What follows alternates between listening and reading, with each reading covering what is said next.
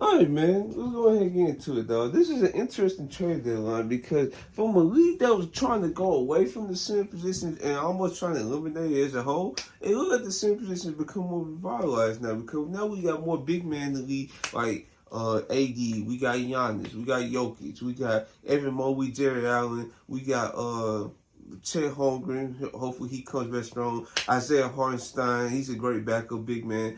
We have a multitude of great. We have Karl Anthony Towns. We have a multitude of great big men in this league, and it looks like more contending teams are open to the fact that folks are going to need big men on their team to actually get the most out of their roster. Like for example, the Los Angeles Lakers, they are in the big man market, and the two names that kept coming up is Robert Williams and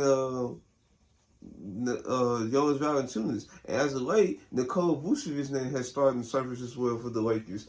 Now, and then it was another, another report out there that the big man market is going to be robust. Like DeAndre Ayton name is becoming available, just in case if the Blazers don't want to trade Robert Williams.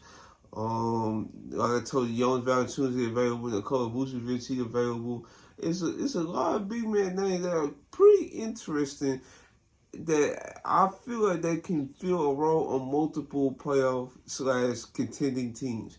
Now, to be honest with you, like for example, the Pacers, they also gonna feel like they're gonna need a big man because they unfortunately lost both of their big men to Achilles tear, which is very weird. Like how you lose James Wiseman first game of the season and turn around a couple games later lose Isaiah Jackson. That is so unfortunate for the Pacers. But I feel like if they could get a guy maybe like a Robert Williams, or if they want like what you call it, they want to do like a cheaper backup option, or to be honest, Robert Williams and the others are around the same option, but they want more like a forcing the paint, like grab more rebounds so they can just go after like a young Valanciunas, for example. But I feel like a guy like Robert Williams, he basically like a better version of Isaiah Jackson anyway. So why not try to go after him if the Blazers are willing to trade for it? Now I feel like folks are going to like underrate that move, but that's going to help the Pacers tremendously. Let me see. What's another team that's probably being the big man market because you saw what happened last year when the Mavericks they got their two big men lined up with Lively and Gafford. They ended up going to the finals. Jared Allen and Evan Mobley, they have been a good duo pairing. Now it's been taken to great heights this year with King Atkinson. You see the Celtics, they got two big men forward with Porzingis and Al Horford. The Thunder, they saw the check was getting like dominated on the rebound. Boom, they get Isaiah Hartenstein free agency. So yes, I feel like it's necessary for these teams. Also, I feel like a team like the New York Knicks, for example, they would probably be interested in big men to do like a big man swap with Mitchell Robinson. And to be honest with you, a young Valanciunas move right here would not surprise me at all because they have done like similar moves in the past. Like for example, like with Bojan Bogdanovic when they traded for him. If they can somehow pull off a trade for Mitchell Robinson, somehow pull off a trade for young Valanciunas for Mitchell Robinson because they just don't know about Mitchell Robinson help going into the playoffs, don't be surprised. I just let you know. I just let you hear it first. Do not be surprised if that swap happens. Also, like a team, like what's another team? Like the Clippers, they also need a backup big man. But if they season don't go the way it's supposed to go, especially when Kawhi Leonard eventually comes back, hopefully he comes back. I'm put that right there. Hopefully he comes back. They also gonna need a big man. The Timberwolves, the reason why they traded Karl Anthony Towns to New York was because they already had backup big man and Nas Reed, and then you have Gobert that's starting. So yeah, it's very interesting around the league where stuff is going to head. I'm excited for it. But I just had a deep down feeling that the Lakers brass is just not going to do nothing once again. I just feel that way for some reason because yes, they have 2 draft picks again. Now they have more expiring deals. It's really no excuse to not do anything. Now, last year everybody was on player options and stuff. You will have that excuse this year. Not at all. So it'll be very interesting what the Lakers decides to do if they even do a move, right? the Phoenix Suns, I feel like they can benefit from a big man change. Now, to me, I don't know how it's gonna happen if they don't like attach like a young asset, which they only have really one, and that's Ryan Dunn. To be honest with you, but yeah, I just don't see how they gonna get a big man change unless something like that happens. Because they don't have no picks. All their picks is being accoladed to the big three that got formed right there.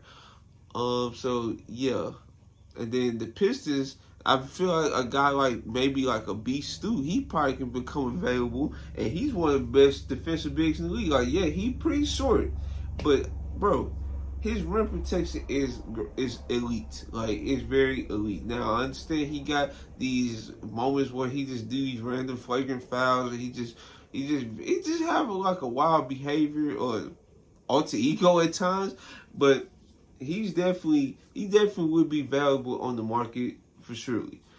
Now, I talked about the big man market, right? The trade market. Let's talk about Zach LaVine. Now, the Bulls are trying to unload Zach LaVine still. His $138 million contract that's remaining on his deal is still not covered around the league, even though Zach LaVine has been balling. He's been balling, so it still looks like the Bulls are is in deep trouble now. I don't know what they can do to try to make his deal better because he's playing better. I don't see what they can do now. At this rate, it looks like the Bulls might have to take wherever the teams get them. Like, and then if it becomes a situation where they say, all right, open for business, we just take anything for Zach LaVine, I feel like more teams is probably like look at their season like over the off season. Folks just was like, whoa, I don't want to do Zach LaVine movie because it's just gonna be a new mover. Is he gonna be healthy, stuff like that? Now we get a sense of where their season's gonna be at. We will see more teams trying to line up and trying to get a deal in place for Zach LaVine to be on their squad. Like, for example, like a team like the Nuggets. The Nuggets is probably in need of a guy like Zach LaVine because Jamal Murray, he obviously lost his step. All these injuries kept piling up on ACL, calf, all of these ankle injuries and stuff. He probably lost the juice. So they probably need another like backcourt duo. So you just pair up Michael Porter Jr. another asset, and you get Zach LaVine. That's a definitely upgrade. The Lakers, for example, they are in need of Zach LaVine. They could trade either. Well, I can't say either, but you could trade like a D'Lo. You could trade since you getting rid of like what you call it, inspiring deals. Maybe you can give away for giving away second round picks, but I'm not sure how the Bulls are going to like that too much. Now you also can have a young player in the deal. I'm not talking about no JHS Jalen Hood. I'm not talking about him. I don't think they're gonna cover him too often. I don't think so. At least I could be wrong in that, but they can add like a young player to the deal. I'm not talking about no Dalton Connect either. The Lakers just I don't know. Maybe just get a third team involved and let the third team be the way the Bulls get young assets in return.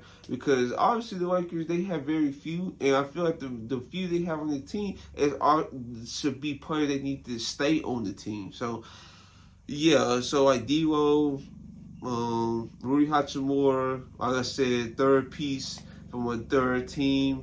Boom, you can add like second round picks. And if they don't want second round picks, you just add one first to the deal, and you get Zach LaVine, and you pair him up with LeBron James, who's obviously on the decline. Once again, this is age 40 season. He would have great games, then he would watch the next day, and then as of late, he's been looking really washed, and he's been putting up a bunch of turnovers as of late. So obviously, we need to reduce his role like even more to where it is right now, and get a guy like Zach LaVine, and so you don't have to worry about trying to get the ball to LeBron James, let him try to create, or let him try to be like a hub on offense. Just let him just play his role, be off-ball cutter, like he's been doing well throughout his whole career, despite what folks will tell you, and just ride out and see we can go with the 3-star lineup. Now, folks, the Laker Nation, most of them probably just disagree because they don't like Zach LaVine's contract and his health concerns and stuff like that. But that's the risk you probably gonna have to take in order to try to make this roster right. And also, getting a guy like Lonzo Ball, for example, that can also probably can help the Lakers try to navigate their way to try and be a contender again.